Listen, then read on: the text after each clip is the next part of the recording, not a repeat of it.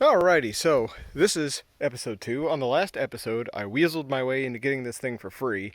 Um, Had a little bit of a debacle getting this thing on the trailer and getting it home. Cleaned up some wiring, freed a stuck valve, sprayed some gas down the yap, cleaned a spark plug, and got this thing to run off the bottle. So now it's worth throwing money at.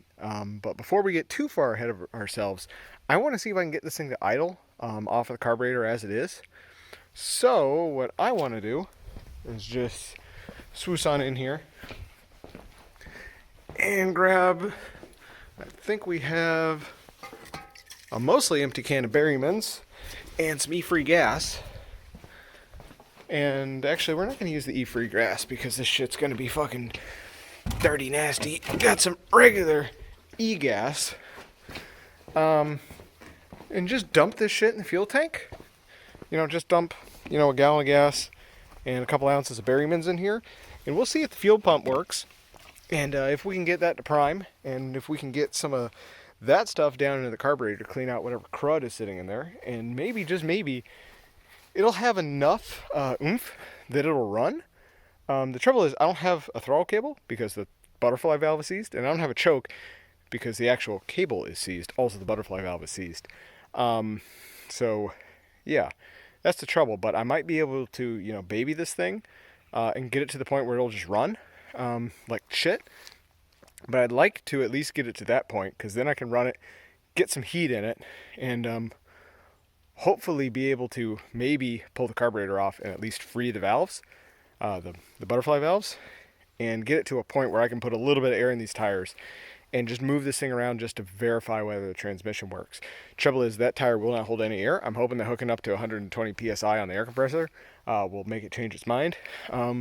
These three will hold enough air for a test. That one literally will not inflate, and I don't know what the dealio is, but I'm thinking if I pull the valve stem and just stick the full-on air compressor just straight right down the throat of that valve stem,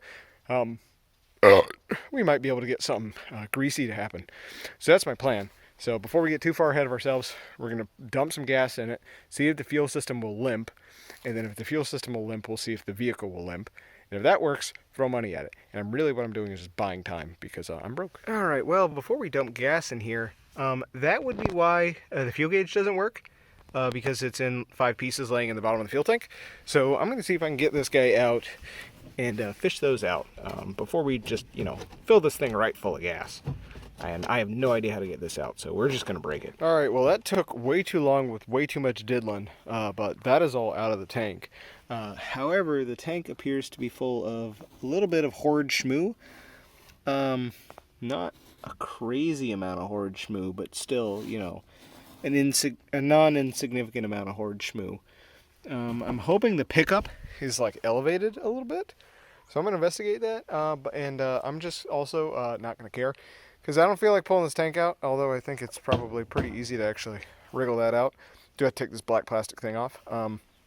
Interestingly, I noted there's the fuel line. That's the supply line. It goes down here to that filter, but there's also another fuel line, which has its own little hookup right there.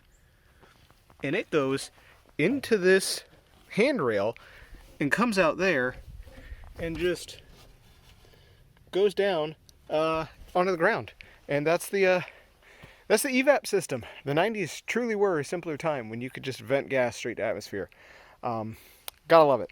But anywho, all that's out, so I'll try and repair that. I guess we'll probably just epoxy this guy into here, because that's what happened. Is it just fell out of those two little doohickeys right there, and all the guts just went down into the tank. And this guy is like the exact diameter of that hole, which is annoying. I don't know why the hell they did that. So yeah, I'm gonna investigate the pickup, make sure that's not sucking from the schmoo. It probably isn't. In which case we're good to go, and we'll just dump crap in there and see if something happens, and we'll rebuild that, throw it back on there, and that's all I'm gonna futz with the fuel system. I guess I'll take this main supply line off of the pump down here, just so that it's not fighting any kind of back pressure or anything. and that should hopefully go. I may actually manually prime it. I'll pull this off, and you can just suck and blow on that like a $3 whore, and it'll pull fuel. So that's an easy way that you can test. So we'll do that. But first, we are going to fix that crap. All right, well, I got the boat battery charging, and this guy's back together. I don't know why the hell it fell apart, some reason, but I literally just pushed it back together, and this son of a bitch is tight as all hell. But yeah, the way this works, boop, as that float rises, spins that needle. The needle is connected to this, you know, twisted shaft. That shaft twists 180 degrees from top to bottom. And so yeah, gas go up, needle go right. Gas go down, needle go left. That's it. Really do not know why this fell apart, because I put like 50 pounds of force on that to get that to seat, so I'm not worried about it. And we'll just, you know, diddle her right back on in there and just drive that son of a bitch home. And hopefully that rubber will do rubber things. I think I'll have to slide that rubber down and seat it and then push it down. But yeah, that's back together. I probably should have looked at this thing before I did that. So let me do that real quick. Alright, well, instead of properly washing the tank, I just jammed a shop towel on the end of a piece of copper pipe and then bent it, and just used that to wipe most of the horrid smuts out of there, but it's much better down in there now. And yeah, I'm sure that will clog the brand new carburetor I get, and I'll completely forget about it, and I'll chase my tail about this for months and years and decades.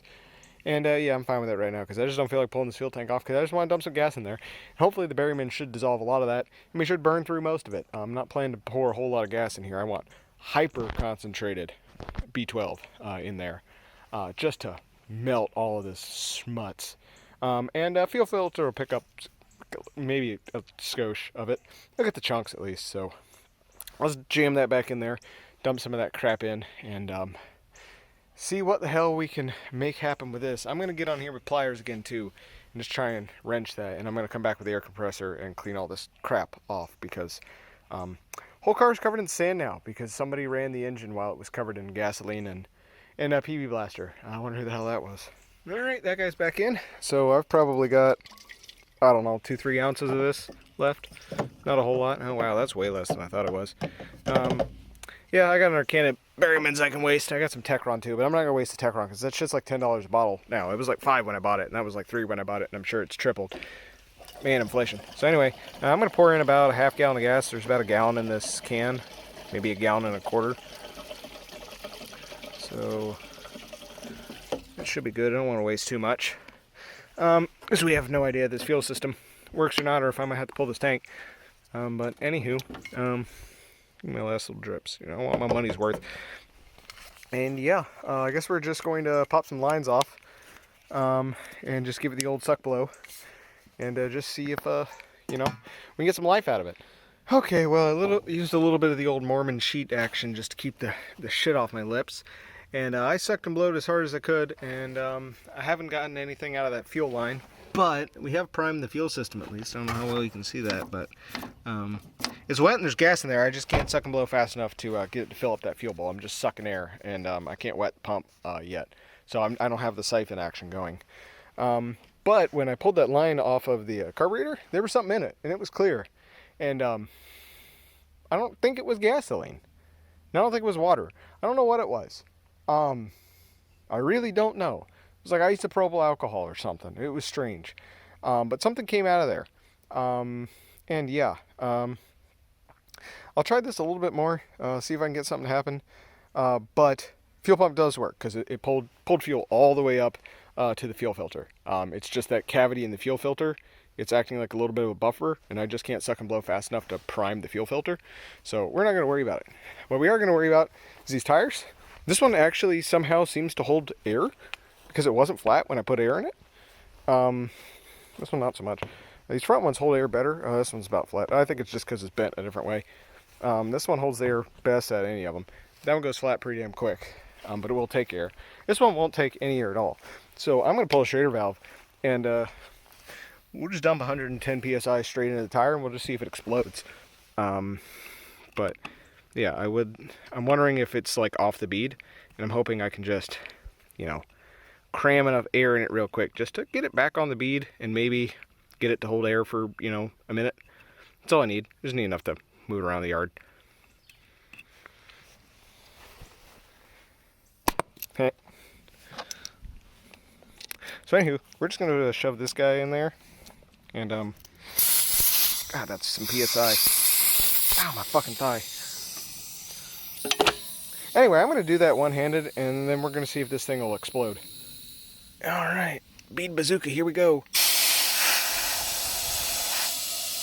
Oh, it's just fucking flying out the other side. It doesn't care how much pressure you give it. Yeah, oh yeah. I think the bead is just gone. That's interesting. We'll have to rotate that tire over to be able to do anything more. And this son of a bitch is heavy and I don't feel like getting jack out. So we're not going to do that now. I'm going to stop worrying about it. Yeah. Let me deal with this fuel pump a little bit more. See if we can get the system prime a bit. And if we can get the system prime, then once this boat battery is done charging, I'm done eating, and I'm done picking beans, see if we can get this son of a bitch to idle. Well, I'm about a bona fide lot lizard now, but I think we've got it.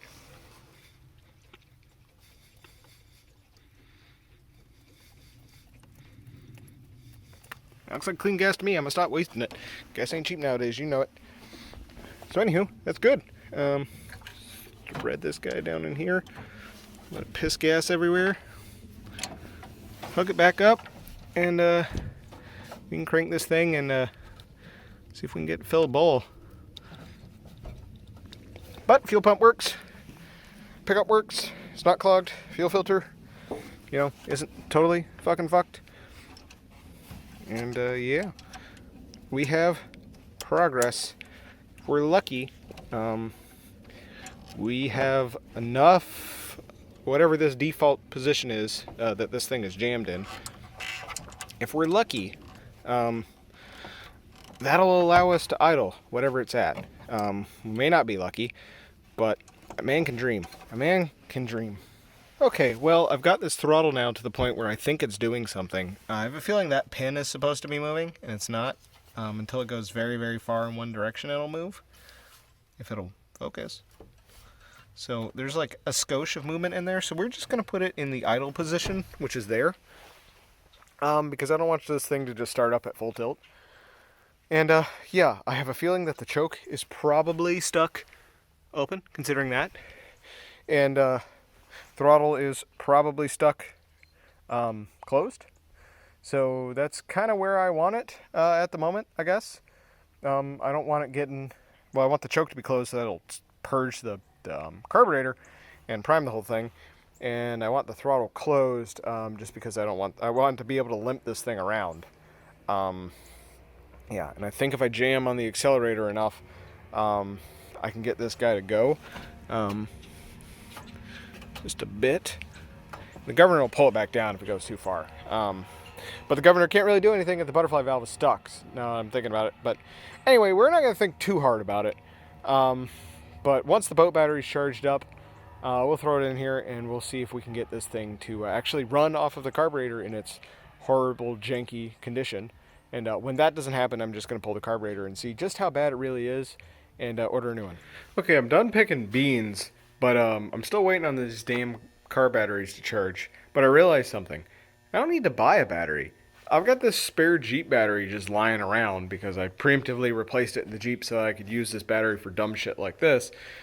So I'm adapting these post to you know, lawnmower adapters that I've got so that I can just use that guy. And I've already got the negative one installed. The positive one, the lugs have little tiny like 1/4-inch bolts running through them, so I wasn't able to just run it through there. So I've just gone ahead and made a copper bus bar. I'm gonna throw this on there, and yeah, we'll just throw this battery in there and see how long that lasts. I still need to make something for the battery tray. I got some stop signs or license plates or something somewhere, some piece of aluminum somewhere that I can finagle into a shape that'll not fall through the bottom of the John Deere. But we're gonna huck these on here, and that should save me 30-something bucks and a trip to Walmart.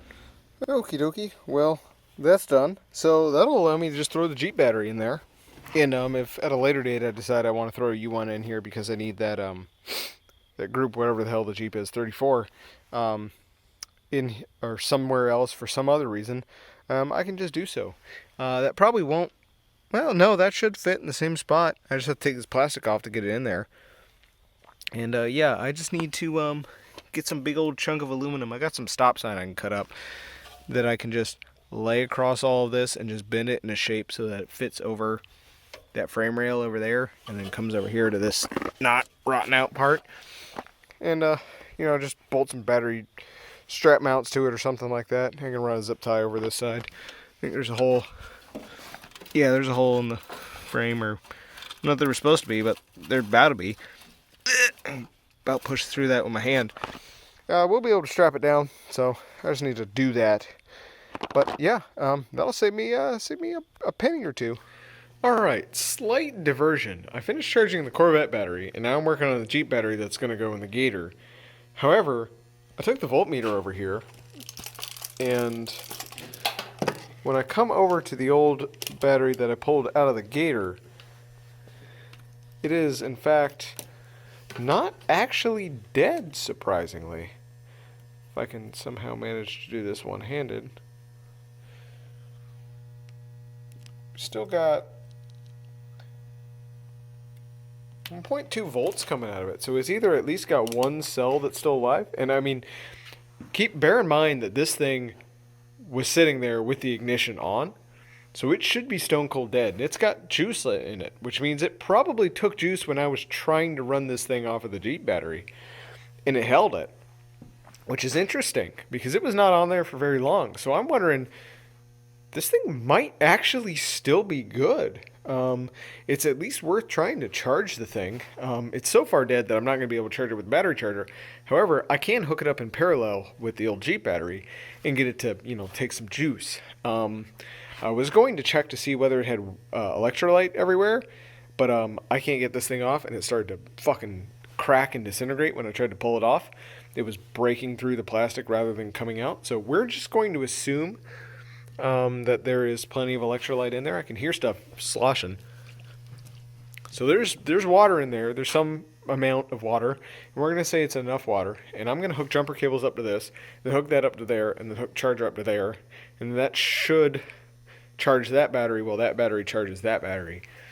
And we'll see whether or not we can actually put a charge on that thing. That would be exciting if we can just resuscitate that battery.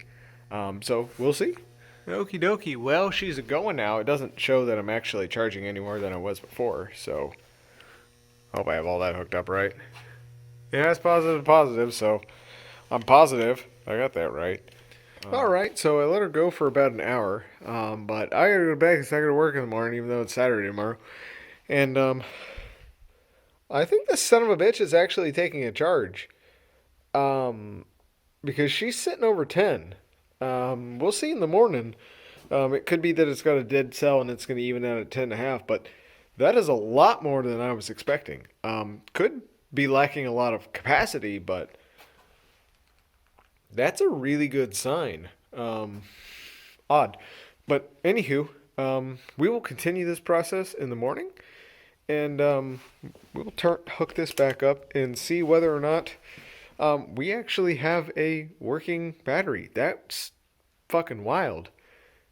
Potentially. Allegedly. Alright, it's morning now, and I didn't charge this overnight because I don't trust this, like, 40-something-year-old battery charger not to boil batteries, because it will boil batteries. But let's cut this on and let's see what voltage we have left in it. Looks like we have a dead cell, most likely. Shit. 10.5. Well, I'm really surprised it took a charge at all, but it's got at least one dead cell in it, so that might have been why this thing got parked. It could have just been that the battery died and dude didn't want to throw any money at it, so he parked it until he found a, not dead battery lying around somewhere and then just forgot about it. But we'll see. I'm still going to try and charge it a little bit more, and we'll see whether or not it'll go up. But 10.4 is a pretty strong smoking gun signal that that this thing is in fact toast, but slightly less toast than I thought it would be. So yeah, I'm gonna charge this up for a little bit. Probably 45 minutes, because I'm out here in my jammies and I need to go take a shower and go to work. So I'll let this go while I'm getting ready. I'll come off and shut it off before I leave, and we'll see whether it comes up anymore. But probably bad cell, and the battery's probably toast. Shit could have one empty thing of electrolyte, and it could just need some water. But I'm not popping that lid off because it ain't coming off, and I don't want to have to dump electrolyte everywhere when I take this thing in the hardware store to get a core charge. But anyway, I digress. We shall see whether there's life left in it. And at the very least, I might be able to save it to use as a test battery, like over here for electrical crap. Because 10.5 is still pretty good for doing a lot of stuff. Well, the Jeep battery's definitely charged because it's boiling. So let's stop that. Whoops. Good thing all those are full. Damn. It did not seem like it was that charged before, but anywho. Guess when we come back, we'll finish charging the boat battery. And we'll see if this sucker holds any juice.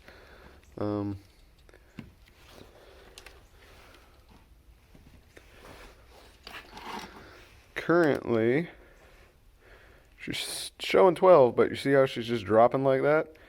You can overcharge a battery with a dead cell up to about 12 something, because you can overcharge a regular battery up to about 13, 14, but it ain't gonna hold it. So we shall see if it's back down to about 10.5 by the end of the day today, and I'm fairly confident it will be, which means kaput. But I can probably still use it as a test battery for stuff that needs like just under 12 volts, 9 volts, something little small stuff. Basically use it as a big old, basically as a cheap 12 volt power source for minor stuff.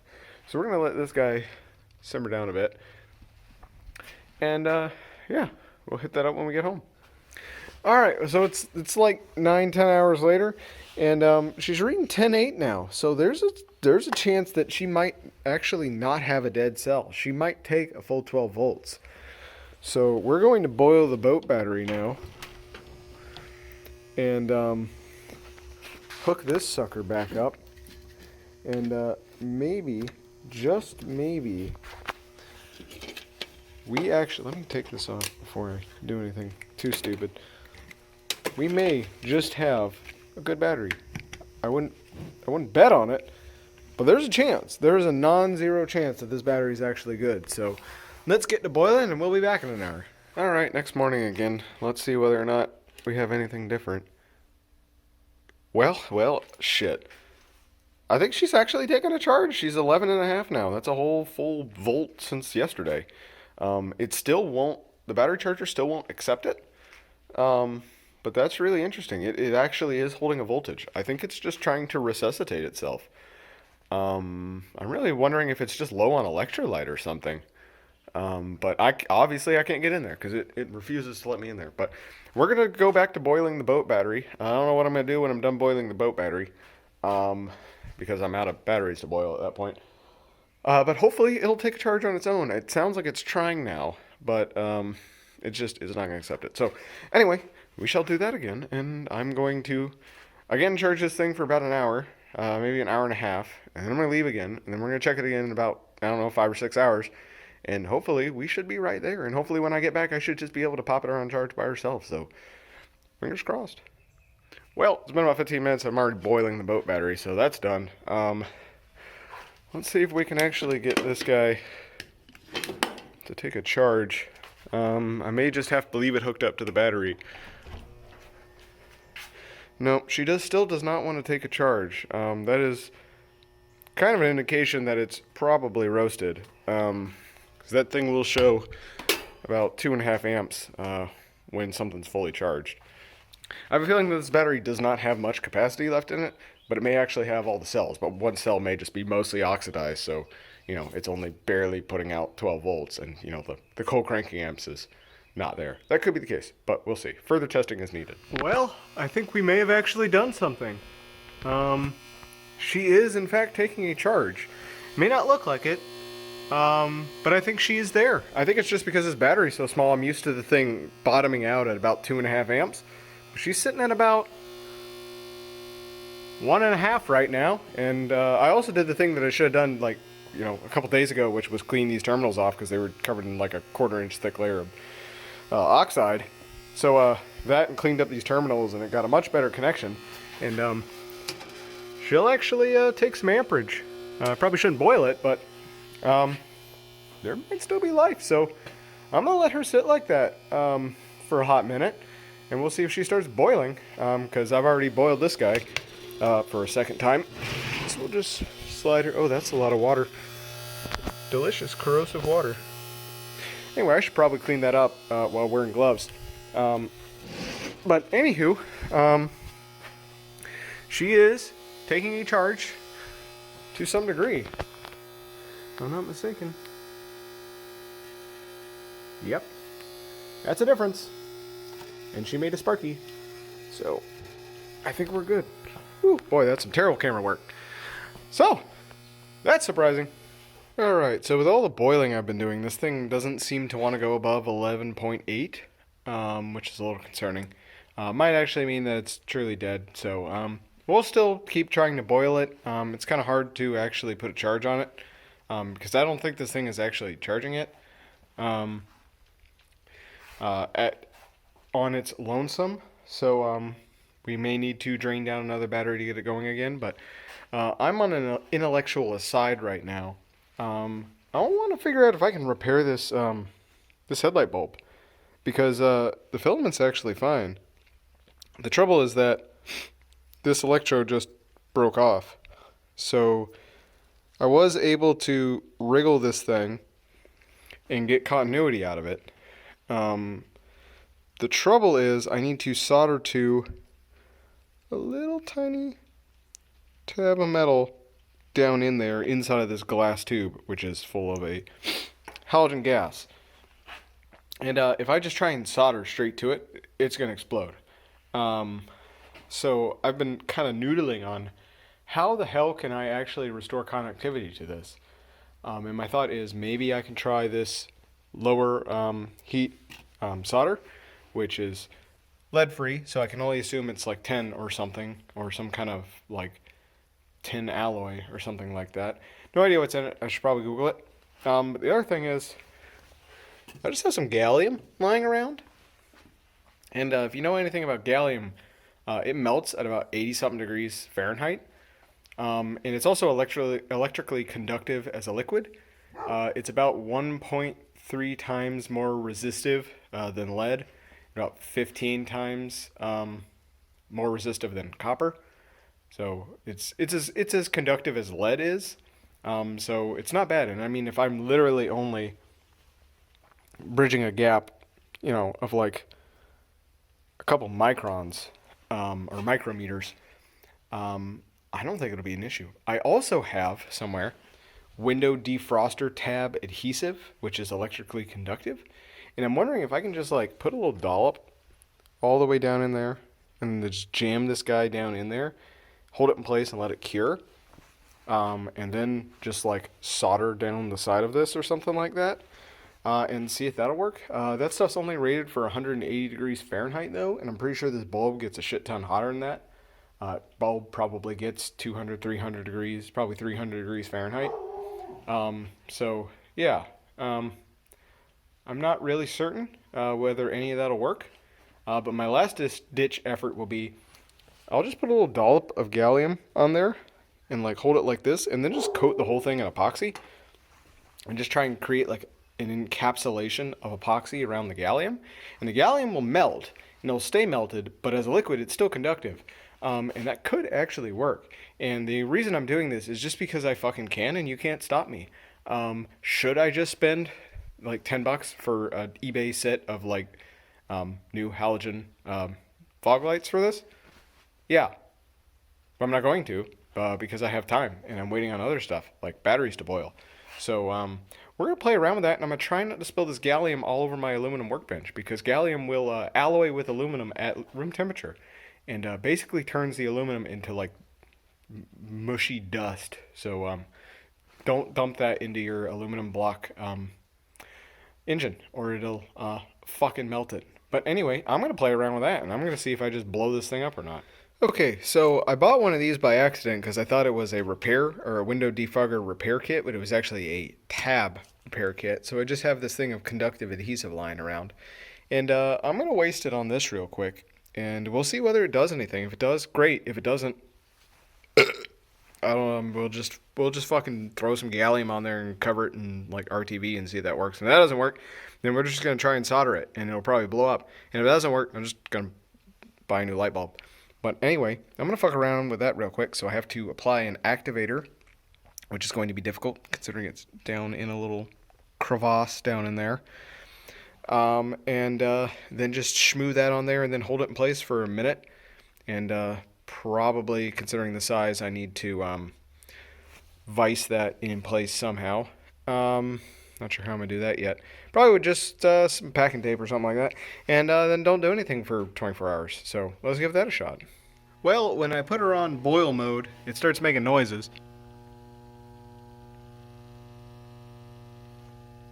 Oh, well, you can hear that, but she's boiling immediately, so we're just going to boil it some more and let that go. I'm over here waiting on this activator to activate. Got to give it 5 minutes, and then we're just going to add this horrid brown shmoo and then press it together, hold it together with some masking tape, let it sit for 24 hours, and see if it does something. If it does, great. If it doesn't, going to keep doing other things. Alright, so that's doing its thing. No idea if that's going to work, but we'll at least blow something up. And this is still boiling. We're going to put it back on extra boil mode because it really doesn't like that. But I also don't care. Battery's got to prove its worth. I'm fucking bored right now, and I got like an hour or so. So I think I'm going to huck the Jeep battery into the Gator and see if we can get it idle real quick because I'm sick of waiting on this thing. Okie dokie, so right quick, before I throw this big honking battery in here, I made this big honking battery tray sort of shimmer upper, make her not so batter guy. And that just slides in there like that, and that's about 1/8 inch stainless steel, so that ain't going anywhere. And we might throw another slab of something in there, but real quick, I'm going to try and run a big self-tapper right through that hole into the frame, just to kind of keep her in place. And we might run another one right there, and that should be good enough to you know, keep this battery from escaping out the bottom of the Gator at the very least. Okay, so that's in. You cannot get any bigger of a battery than a Group 34. Well, you theoretically could get something longer, but you can't get anything taller or anything wider. And you definitely can't get something with the terminals reversed. I had maybe a 1/16 of an inch of clearance in 2 directions. I'm right up against that brake bracket, and when I was coming over that lip, it was scraping the top of that seat bracket. But she's in there. The tray is in there with a big self-tapper, and I just sort of jammed the back end of this tie down underneath that before I self-tappered it, and then I self-tappered a just some chunk of metal that looked about the kind of perfect bracket down in there. So we have a nice stout battery tie down that ain't going anywhere. And yeah, that's good enough for now. Yeah, but had to take the voltage regulator off and the entire air cleaner housing system off of there to be able to slide it in there, because I literally did not have room without it. Whew, but that's done. Also, you can't take that black thing off without taking like all of this shit off of here, which is fucking retarded. And I have no earthly idea why they designed it like that. But I digress. I'm gonna jam that back down in there and try and put this shit back together. Alright, well, the battery is down in there and she's all hooked up. And I got a little something for the engine and a little something for me. And if you check, we have lights. So, we're good to go on that front.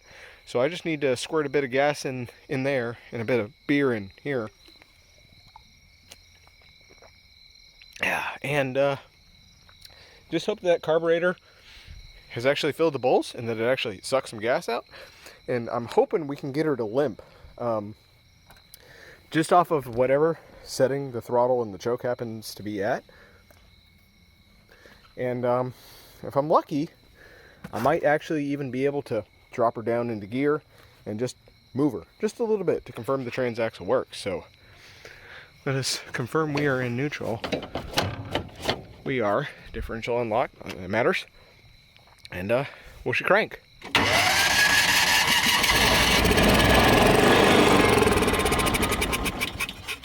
Well, she didn't prime just yet, but let's keep squirting in there, and hopefully I can get her to come around, and I'll give you an update whether or not I succeed. All right, well, I sprayed a bunch of gas in there, and she runs like a champ, but carburetor is definitely not letting anything into the bowls, and if it is letting something into the bowls, it definitely ain't letting it into the intake. Yeah. It feels like it's got fuel pressure in it. Maybe. I'm just bluffing. But yeah. Futzing with the throttle does nothing. So I think the only thing I can do is pull the carburetor and just see if I can get the needle and seat to work. And see if I can get any of the throttles or anything to move. So I'm just going to do that now because I ain't got nothing better to do. Alright, well, I got the carb off. And here she is. She's got a proprietary plastic jobber on the back and on the front, and thankfully that's what choke cable is attached to. And although the choke cable is in fact seized, I was able to wriggle that off. I might actually, I think while I got this choke cable off, I might try and spray a bunch of penetrating oil in it, see if I can get it to work its way down there. That's not going to happen. I'm not going to do that. But yeah, here it is. This guy is like a gas vent or something, so there is apparently actually gas in the bowl. So that's interesting. So I guess it probably is just really fucking dirty, because look at that. Holy fucking shit. So I'm just going to bust this thing open and see what I can do. And just see if I can get, see if any of these actually do anything. Oh yeah, see? That throttle is fucking seized. So we'll see if we can make something happen with this. But we ruined that gasket. So we just won't care. But I just want this thing to run well enough that I can move it like over there. Because I realized I made a horrible mistake dumping it in the yard, and I should have dumped it over there. But yeah. Let's see what we can do with this fucking thing. Just dripping right onto my damn boot. Will you quit? Alright, well, I got her open, and she was never going to run off of that shit. Good lord, that looks like a night of tequila and seafood.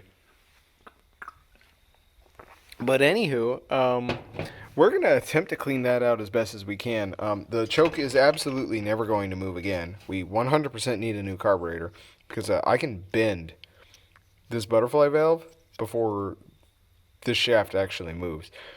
I'm not 100% certain on the throttle yet, but considering we bent the actual like splines off of this shaft and that didn't move, that ain't ever going to move again. But we might be able to get this thing to run at idle. So we'll fucking see. I'm just going to attempt to get some passages free.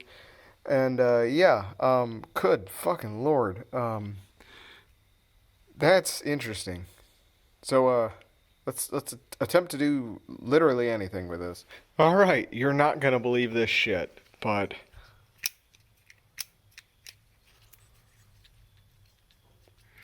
she's back in working order.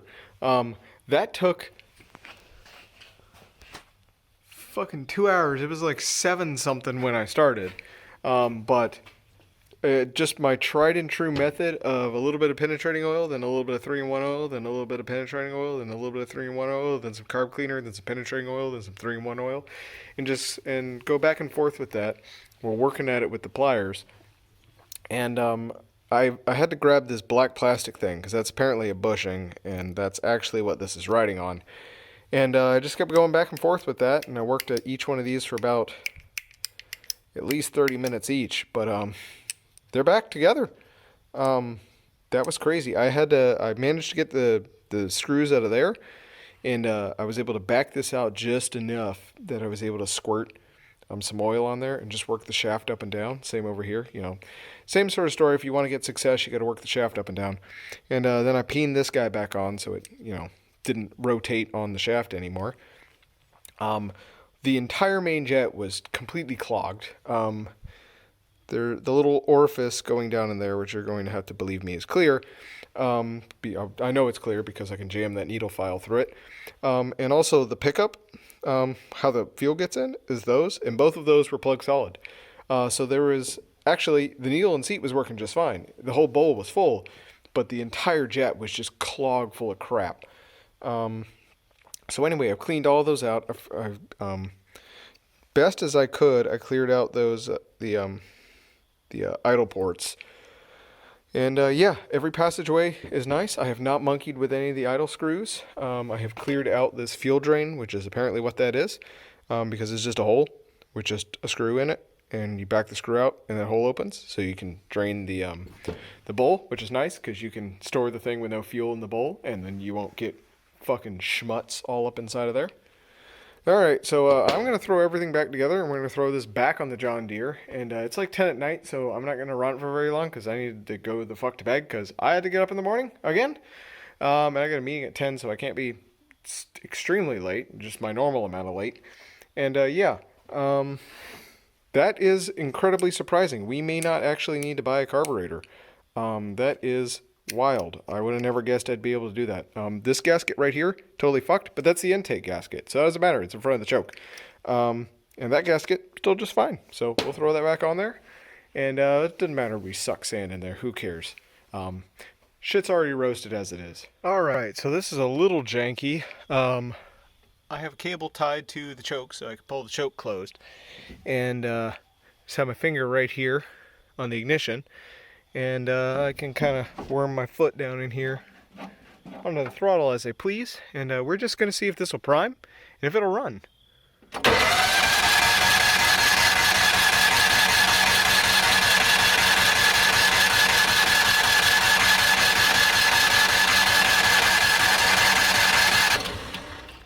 Well, doesn't look like it. Well, that's disappointing. Well, let me see if... Do I got the choke all the way? Yeah, I got the choke. Let's let the starter cool down a bit. I'm going to try it one more time.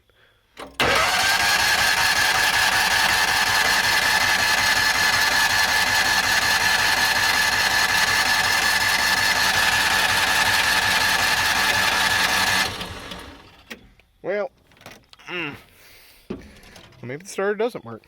Well, she may just need a bit more to prime up. But, I do smell gas. I think I'll spray some gas down the yap again, and we'll see if a little bit of oomph behind that'll get it to go. Alright. Drink up, thirsty girl. Alright, let's try this one more time. And hopefully we can get the choke to engage. Ugh. Man, this is jank.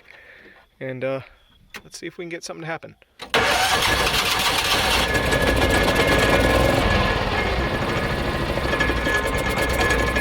Oh, she's going. A little bit more choke. That is an idling engine. Let's see if she'll take some throttle. Oh boy. Was she cut off? Let's see what this is. This an ignition kill switch? It is not. I don't know what that does. Alright. Well, that's all we're going to do for today because it's 10 at night and I don't want to wake anybody up. And yeah, that tells me all I need to know, which is order some tubes. And well, actually, tomorrow we're going to try that one more time. And we're going to see if this bad boy will actually move under its own power. That is exciting. We don't need to do a carb. We don't even need to do a carb rebuild. Just needed a cleaning. We are probably going to need a choke cable because of that. But we'll investigate that tomorrow as well. We have a running engine and a working throttle. We might just be good to go. Didn't have to buy a battery, didn't have to buy a carburetor, may not need to even buy a headlight. We'll fucking have to buy tubes, that is absolutely certain. We'll see about the choke cable. Tune-up kit, definitely going to need a tune-up kit, but we shall see. We might be able to get out of this for less than $100. That would be nice.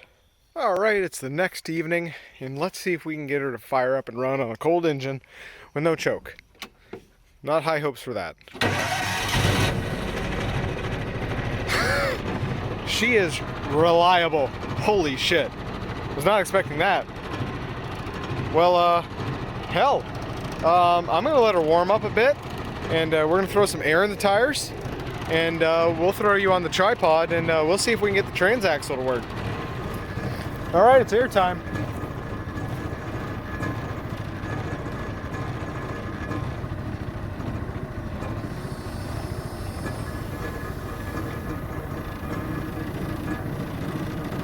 Alright, here goes nothing.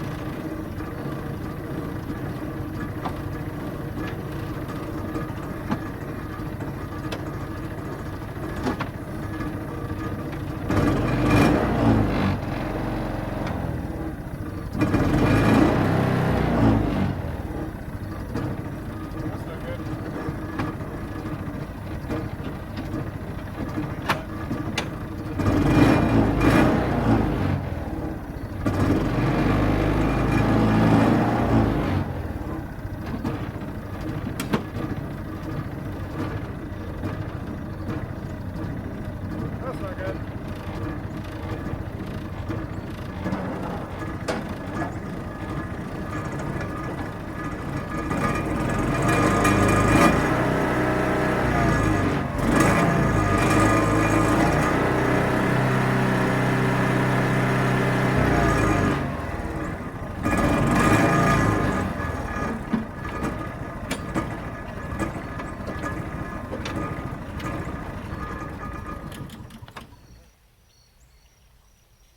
Something must be stuck somewhere. Wondering if the parking brake is not disengaging. Maybe it's stuck on. Sounds like it wants. Yeah, that's what it is. Yeah, the parking brake does nothing. Hey, beer.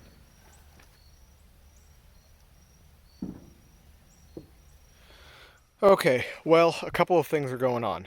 One, the parking brake didn't do anything because it actually wasn't attached to anything, so I have remedied that. Not sure how well you're going to be able to make it out, but that vertical bar right there is attached to right there on the side of this green thing, and there's supposed to be a cotter pin there, and there wasn't a cotter pin, and the whole actual lever was lying down there in the bottom, and that guy has a loop on it like a shepherd's hook, and it hooks right there along that green bar, which is connected down there to the same rod that is connected to the brake pedal, which is why we have this dirt tamper down there so I can hold the brake in place. So now the parking brake still does nothing, but it's at least attached, so I don't know what it's supposed to be doing, but it's definitely not doing it. Anywho, that's interesting.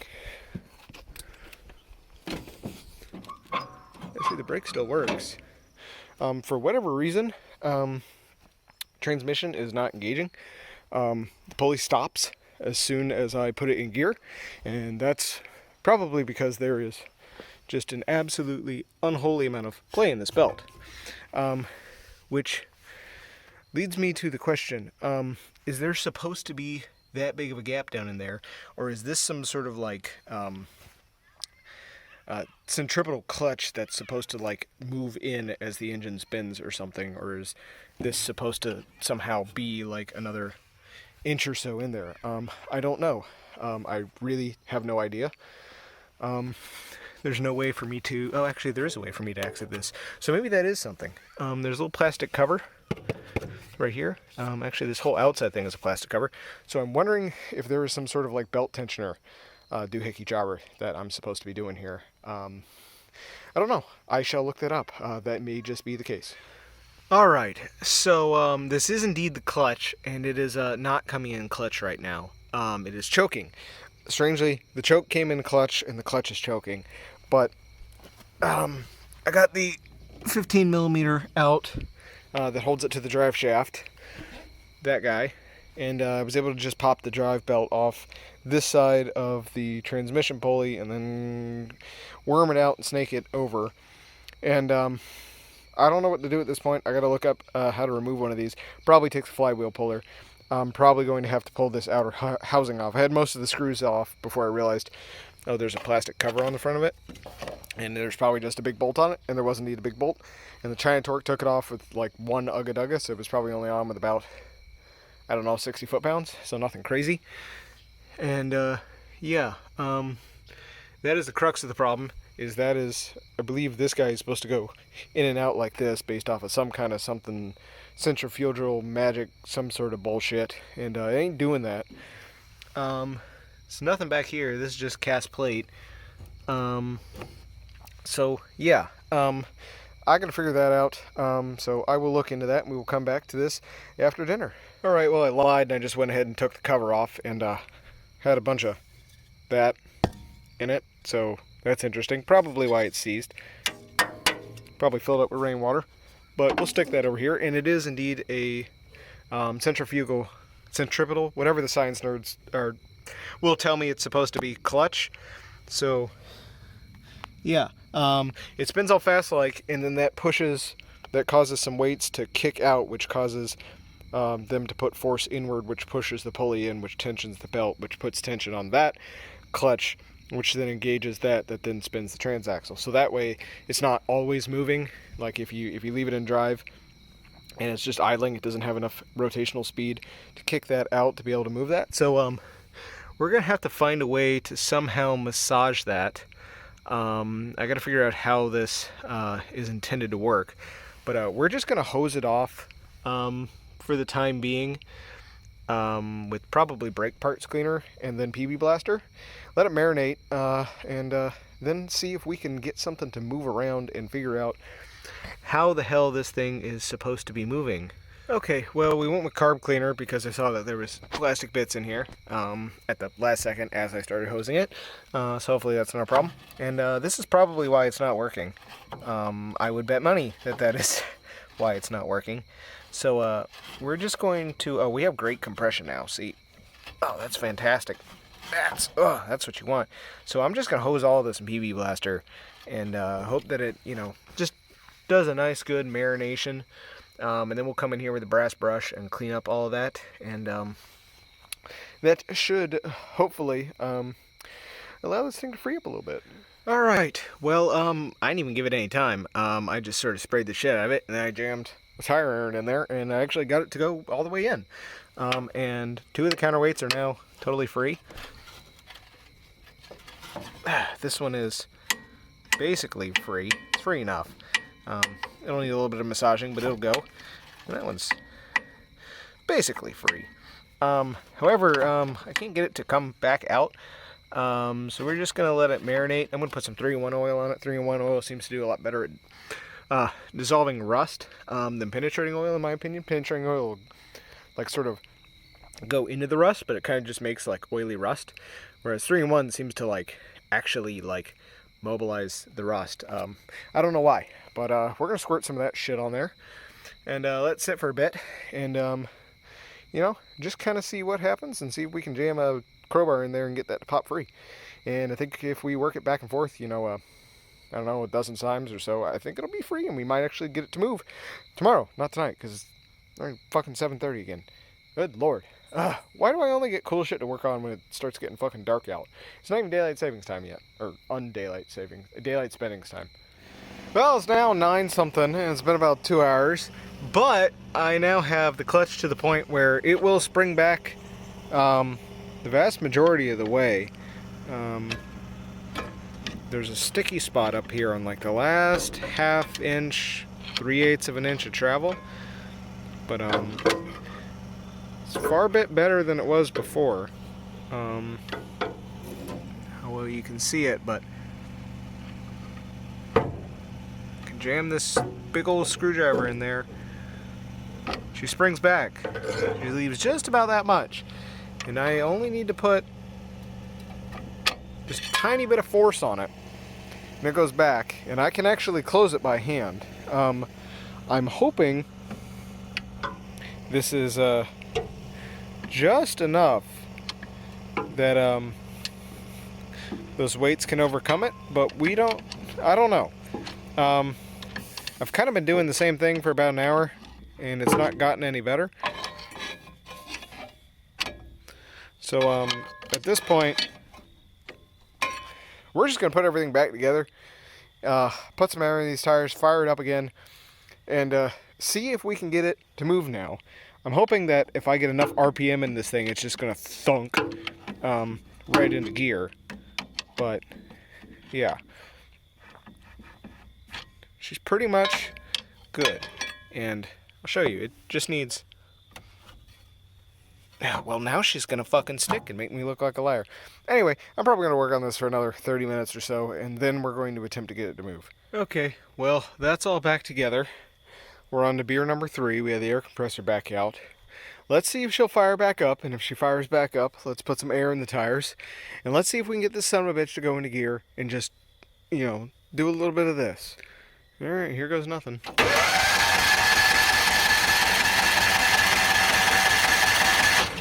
She's gonna need some choke. Alright, give me a second. Okie dokie. Clutch appears to be clutching. Let's see if we can actually go somewhere now. Hey-oh! We have a Gator.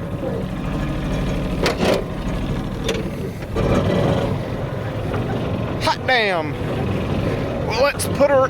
Oh, God, it's hard to steer one-handed when you have 4 flat tires and a differential that's locked. Alright. Let's get her up on the slab so that I can work on her in the light. That would be convenient. Alright, let's sit there for now. Well, she's definitely surging, which is probably for a myriad of reasons. Maybe I'll fix one of them. But clutch is clutching now. It's fantastic. That means I finally get to spend money. Because she runs, she idles, and she goes forward and she goes back. And apparently the differential locks because you can't turn it worth a shit either. So fantastic. Alright. I'm gonna go eat dinner because I'm fucking hungry. That shit was ready like 2.5 hours ago. There's a lot of water in that tire. Look at that shit. Anyway. Let's go see if that headlight works. I need my beer though. Beer's important. Okie dokie. So one last thing. Will this headlight that I glued back together work now? Alright, let's see. No, it doesn't. What if I squeeze it? No, it still doesn't. Okay, well, fuck that. Well, actually, we'll dump some gallium on it or something. But, I think that's going to be the end of this episode. So, if you like this kind of stuff, how about you consider going down there, liking the video, comment, tell me anything else you saw wrong with this giant piece of shit other than, you know, the obvious. Oh, here's a quick fun fact for you. It's really easy to work on the headlights in these John Deere Gators because they made this beautiful little service panel. You can just get right in here, change one headlight, or you can get right in here and change the other headlight. It's really simple. Fantastic design on John Deere's part. But anywho, yeah, if you see something else that's wrong with this thing that, you know, isn't obvious to me in my, you know, drunken retard fueled state, you know, just dump that shit down there. And if you want to see the rest of this debacle infested saga, then smash the big red button and subscribe. And until next time, Tom out.